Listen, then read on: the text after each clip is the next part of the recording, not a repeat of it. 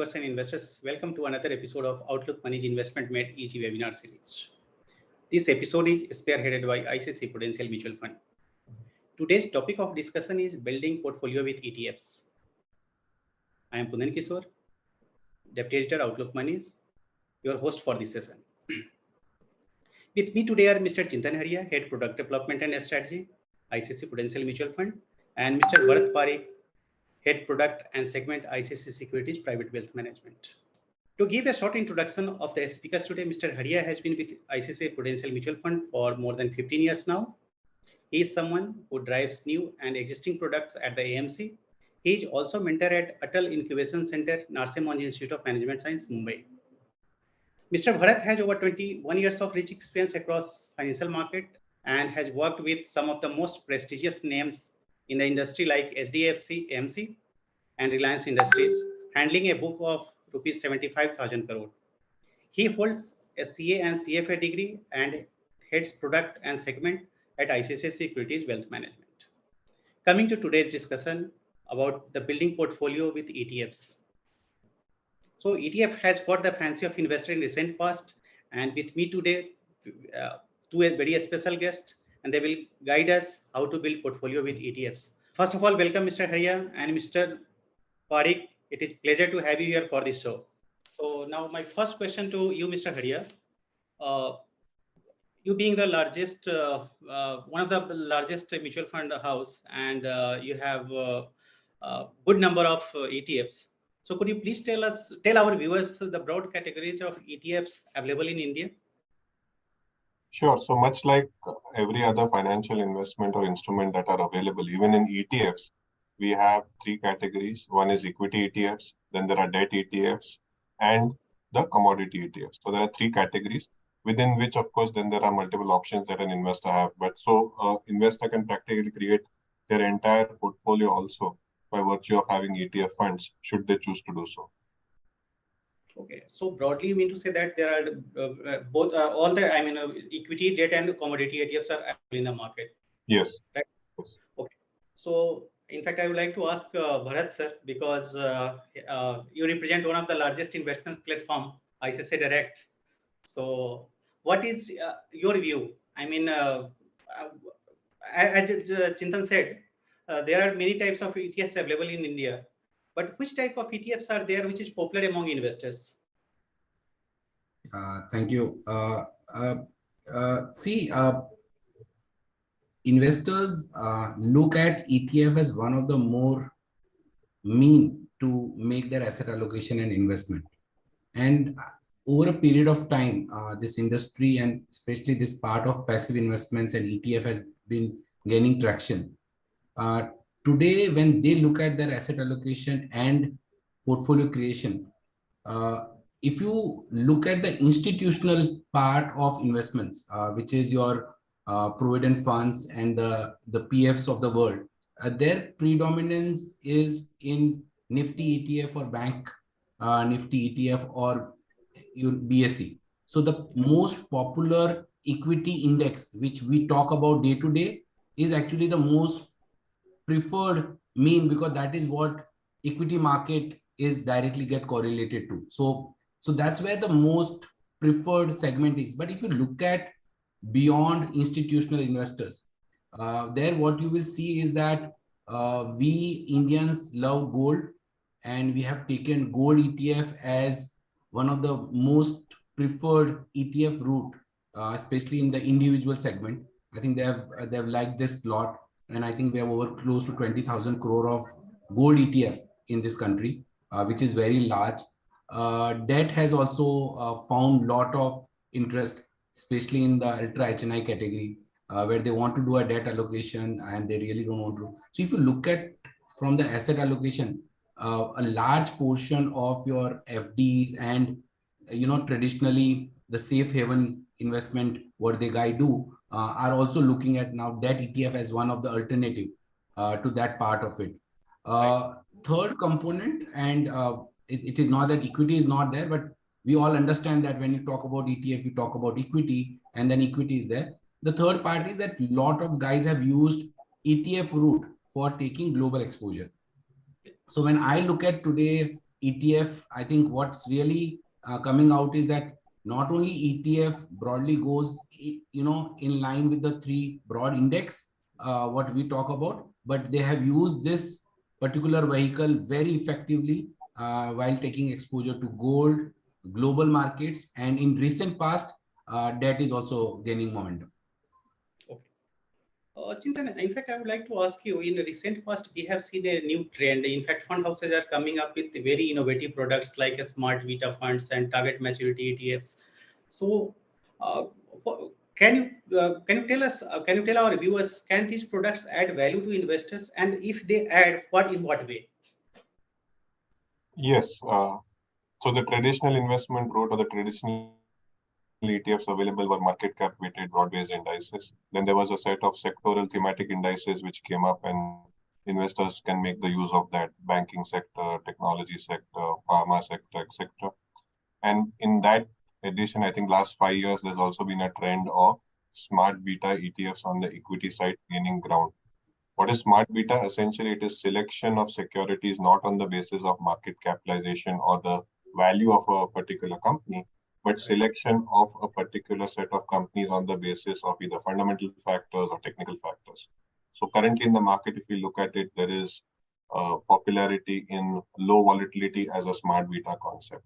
I think momentum as a smart beta concept is also gaining ground. Each, as the name suggests, right, there is value, there is low vol, there is momentum, there is alpha. So as the name suggests, that's what essentially these companies are made up of in the index. So for example, if an investor wants to participate in those stocks among the top 200 names which have shown momentum in the markets in the last 6 months, 12 months, they can invest in the momentum ETF and they'll get 30 stocks which have shown momentum as handpicked, and every 6 months they would probably be rebalanced basis the previous 6-month, 12-month performance. So this is gaining ground because people have realized that a methodology or a simple fundamental way of picking stocks can be one route of investing.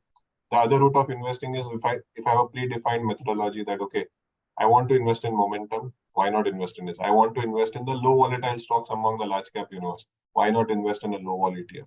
With I think Indian advisory business growing bigger, I think with distribution reaching significant number of more people and Indian investors themselves becoming more evolved, there is a significant demand, like you said, for such concepts, right?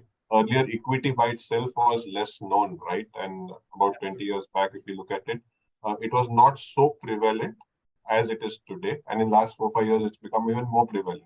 So smart beta is adding to that, let's say, chain of events, wherein first Indian investors warmed up to SIPs in mutual funds, then they warmed up to active funds, then they are warmed up to passive funds within passive funds. Now they are warming up to smart beta ETFs. And of course, in that direction, as debt markets are also becoming attractive given the increase in interest rates that are happening, the target maturity debt schemes which are being launched for various durations is also becoming extremely popular. Because, for example, if I want to park my money for the next 7 years and I have a product which is maturing in 2029 made up of state development loans and PSU bonds, it makes perfect sense for me to invest there and forget about it. Let the funds accumulate there and grow there for next 7 years, and we have a rough idea of what is the kind of returns that can potentially be made in them because they are mostly held to maturity by the investor. So ideally, while there is no lock-in, the target maturity schemes are also picking up because of that reason. So wider offerings, wider bouquet, and more knowledge of investors is leading to significant gains in smart beta as well as in the target maturity on the debt side. Thank you. Yeah, absolutely. Bharat sir, what is your experience? Are investors looking at this plain vanilla ETFs, or they are just looking for they have some? They are just fascinated towards this new innovative products. What is your experience? See, I think smart beta is still at very nascent stage in this country compared to the rest of the world, where these strategies actually have a very large pie of passive money. And as Chintan explained, it's very simple, very easy to understand, and I think it's getting traction, and I think it will become very large. going forward. But today it's close to 2000 odd crore. I think it's very small compared to the industry as whole. And I think it's required, it's time. I think guys are warming up and it will take time. But yes, guys are looking at these products are very simple, very easy to explain. They bring a lot of value. It's not blind investment into an index. It's a smarter way to invest into index. And you basically, it's a factor-based investing. So it's a factor which you want to drive. So I'm sure they will find a lot of attraction going forward. But today, I think they're at very nascent stage in these products. Okay, so going further, they will get such products will get traction.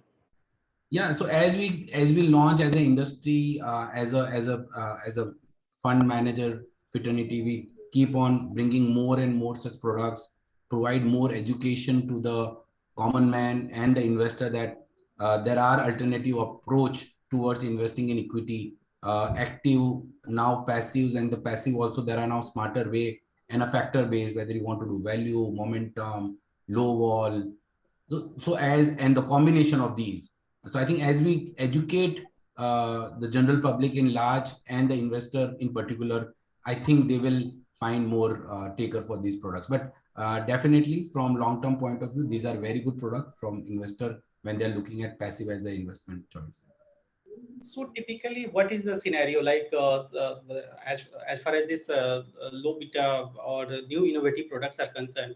Are HNIs are more attracted towards this product, or you see participation from retail also? What?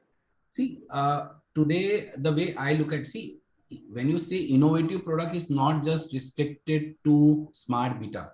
When you look at these innovative product, example, water, EV, sustainability, mobility, artificial intelligence.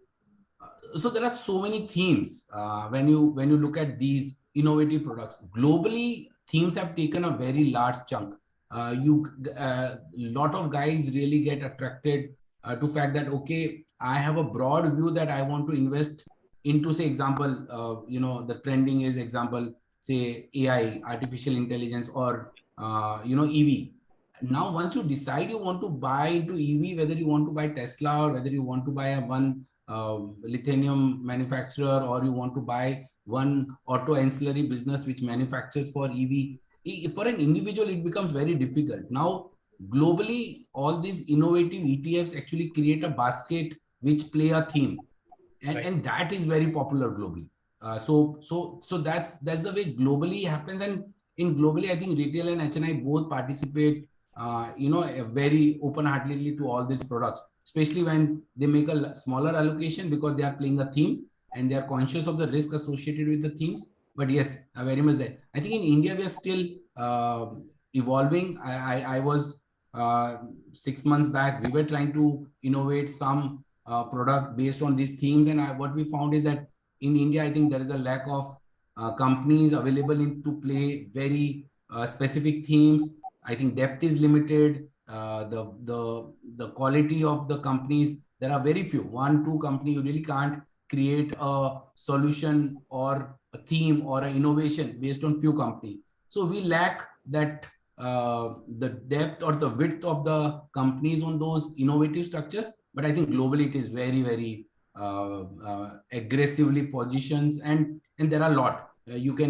We want to play an EV, you can play from all the way from Japan to South Korea to Vietnam to Chinese to somebody in US and somebody in Mexico as well, and make a very good combination right from the resource mobilization to the logistics to the battery to the auto ancillary. And really, you can actually make a EV car out of these companies by buying each company for each part of it. Unfortunately, we don't have that kind of depth in our market. But yeah, I think as we go forward, as India become 5 trillion and maybe 10 and 20 trillion dollar economy, I think we'll find number of these companies and really big landscape to play. Okay. So, Bharat sir, in earlier discussion, you said that investors are getting good traction from this debt ETFs. So, Chintan, I would like to ask you, in fact, debt itself is a very big category. maybe probably larger than equity category. So could you please tell us, is there, is there enough debt ETFs which caters to all the types of debt category, like short term, long term? Do they cater to all this kind of requirement? Sure. So we do have liquid ETFs for those who have parking requirements, then which are very popular among traders, especially, and those who are looking to park it for overnight purpose or otherwise short term. Then there are gilt ETFs, 5-year gilt ETFs, 10-year gilt ETFs for those who want to invest in government bonds to the ETF route. Target maturity is probably more popular on the ETF front, yes, also on the index front. So you have target maturity ETFs as well. So if you want, say, a paper of 7 years, 10 years, depending on what is available in the market at that point of time, there are target maturity ETFs also which are there. And on the index fund side, also target maturity on the debt side is available. So there are enough opportunities on the debt side or enough ETFs on the debt side also which are available. And on the debt side, along with ETFs, investors can also take advantage of the index funds which are available for target maturity. There is also an option which the investors have. There we are seeing a lot of launches by various fund houses to cater to investments requirements on various age buckets or your buckets. So you can actually practically park your money for 25, 30 years in a Government of India bond and probably take advantage of that through a long-term investment as and when the opportunity arises and the fund arises. So that's the advantage of having debt. It is a category which is growing. I think after the government's initiative on the debt ETF, it has picked up, the knowledge has picked up among investors, and that entire category has opened up. So due credit to the government also for the push that they had in the ETF. But I think both in terms of equity ETFs as well as debt ETFs, I think a key role has been played by all the stakeholders to ensure that people know about it and people understand the various opportunities which are available both on the equity side as well as the debt side. And we are seeing good growth happening there, even from the pension fund side. Okay. Here, Bharat sir, I would like to ask you, when all kinds of ETF products are there across like equity, debt, and commodity, here I would like to ask you, what kind of investors are there in this ETF space? Mostly HNIs, retail, or both? Yeah, if you look at the current allocation, a large chunk is actually the provident fund category, which is the largest one, because ever since government introduced 10% allocation to equity, a lot of provident funds have used ETF as a very convenient route to really put money into the equity market. So that's a larger one. When it comes to non-institutional investors, I think it's fairly distributed. It's not unique to that HNI does ETFs and the retail does passive or active fund or direct equity. I think it's very well distributed. I think it's been accepted by every class of investor as a very meaningful mean to really make it. So if you look at today, passive or the ETF or passive investment is hardly 13% of the entire AUM. And if you go by the MFI projection, this will become 37% by 2025-26. So when it is going to become almost double in terms of what they are today, that is not possible. It is if it's only a very small section of investors are going to do it.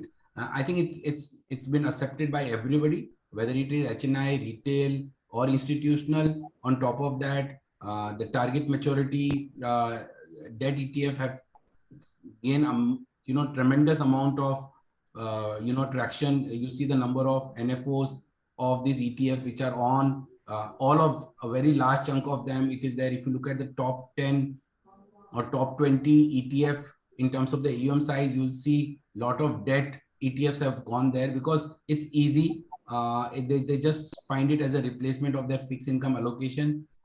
It's much easier for them to really hold it, buy it, and very, there are risks, right? In every investment, there are risks. And ETF reduces few risks out of it. And I think the ability to have a, not certainty, but a very fair idea of what kind of return you are going to get from a target maturity ETF is the best. among all possible solutions, and hence lot of attraction to that. So I think it's fairly accepted. I will not say it's HNI who does it and all, but I think products are getting innovated. They are coming, and I think it's been accepted by everybody. So that's broadly. I will not give it to a single guy saying that they are the one who's driving the numbers. Okay. So here now I'll ask you the golden question. How investor can build a ETF portfolio? What would be your suggestion? So being a fund manager, asset allocator for my life. So for me, I think three important points, and I don't know how much time I have. I can talk for 2 hours on this because it is such a subject where there is no end to it. I'll try to be short and sweet. See, ultimately, money should have a purpose. Right. First and foremost, you should decide for what purpose you are investing the money. Absolutely. Once you decide what is the purpose of your money, then you should decide what kind of risk you can take. So that is called ability to take risk and willingness to take risk. You may like to take a risk, but you may not have ability to take that risk because you may not be able to sustain that kind of a risk, or it can be vice versa. So it's important to understand that what kind of volatility, what kind of risk you are ready to take. Willingness and ability both are completely different phenomena, but you should be mindful of those two.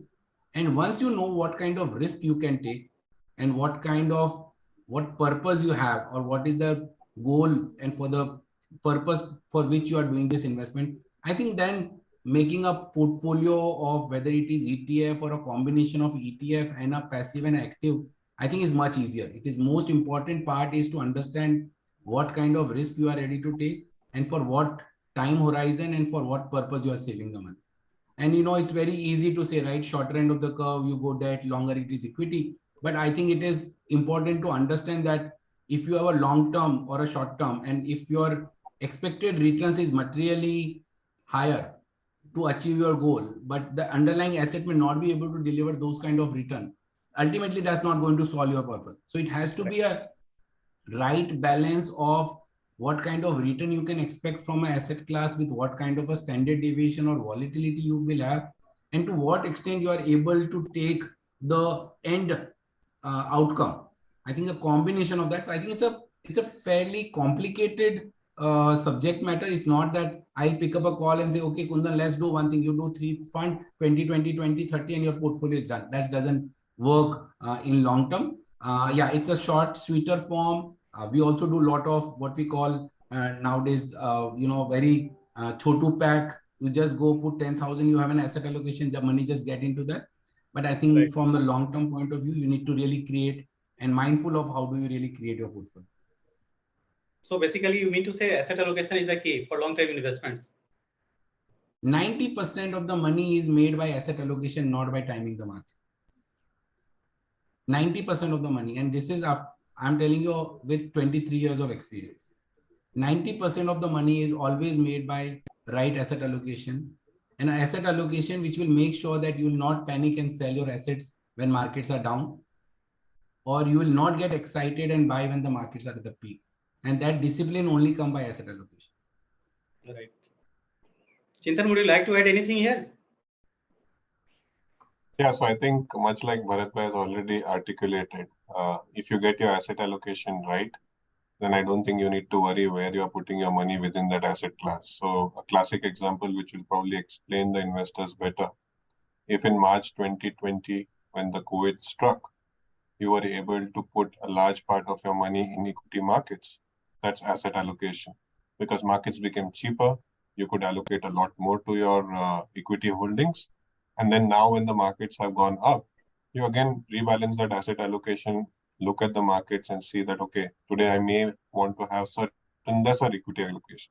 Effectively in March 2020, when the markets fell, you could have invested in anything, virtually anything within equities in India or even abroad, and you would have made money, especially in India, right? So every sector, every market capitalization, be it large cap, mid cap, small cap, all have given returns. So the key, like Bharat Bhai has mentioned, is to have the asset allocation in place. Review it once in a year. You don't need to look at it every year, every day. except for when there are events like COVID, where in the middle of the year also you may want to relook, right? But other than that, have an asset allocation plan in place, stick to it with discipline, and I think the rest will take care of its own self. And I completely agree with what Bharat Bhai is saying, that if you have an asset allocation in place, you really don't need to worry about where you are investing. And it's I think studies have shown, and I think it's proven that more than 93-94% of the wealth is created through the right asset class. And I think investors miss that out in India. If you look at the $10 trillion wealth in India, as per recent studies, only 5% is in equities and the rest is within real estate, gold, fixed income, etc. I think that 5% number will eventually go up as we become more towards financialization. And as the younger generation probably allocates a little more to equities, because I think that's the space which will grow along with India's growth over the next 10 years. Thank you. Okay. But can we do asset allocation only with the help of ETFs? Yes, absolutely. While, each individual will have their own, ways of creating portfolios. Most of them actually these days with whomever we interact, they have a combination of active and passive as part of their portfolio. Because India being a growth market, India being a market, we are blessed that there are many sectors in India. It's not like, let's say, only semiconductors or only auto or only coal, which drives India. India is a country where we have so many sectors and world-leading sectors, right? In pharmaceutical or in technology, we are world-leading. In banking, we are very large. Automobiles, we are the fourth largest. Cement and steel, we are the second largest. So we have so many sectors, so many various diversity even in our, much like how we are a diverse country in terms of our countrymen, we are diversity in our markets as well. And hence, there is always this opportunity within the active fund management as well. So investors should have a blend of both is what we would recommend. You have active funds, you have passive funds. But if an investor does want to make a portfolio of only ETFs, that's also easily doable with the likes of large cap, mid cap, small cap ETFs available, with the likes of smart beta like momentum, value, low vol available, with the entire debt maturity or target maturity plans available that was mentioned, even G-Secs, 10-year G-Sec, 5-year G-Sec and others available. You can practically create a portfolio. And while we have probably not spoken enough about gold and silver, that is also available in the ETF form. And I think gold and silver today, given where rest of the markets are, given the kind of uncertainties in the global world are also a great choice for investors to basically add to their portfolio. And patiently, if they wait, there is probably money to be made in gold and silver over the next 3 to 5 years. And a certain allocation there can also be made. So you have equity, you have debt, you have gold, you have silver. I think you mix everything, and with only ETFs alone, you can definitely create a portfolio as well. Thank you. Okay. Bharat sir, what investors should do now in this current market scenario? This question is out of syllabus. I answered this earlier. Get your right asset allocation. Get your asset allocation. If you're not done, do it. And once you get your asset allocation, then build it. Okay. Great. So on this note, so I would like it's not that you do lump sum. See, it's an art of making a portfolio, right? You are building a portfolio. You are not investing on a single go. You build your portfolio over a period of time. Make sure that once you know that how much money need to be put into each asset class and what kind of portfolio you want to construct, take your time, 3 months, 6 months, 9 months, build it over a period of time. Don't rush to buy at all one go, and don't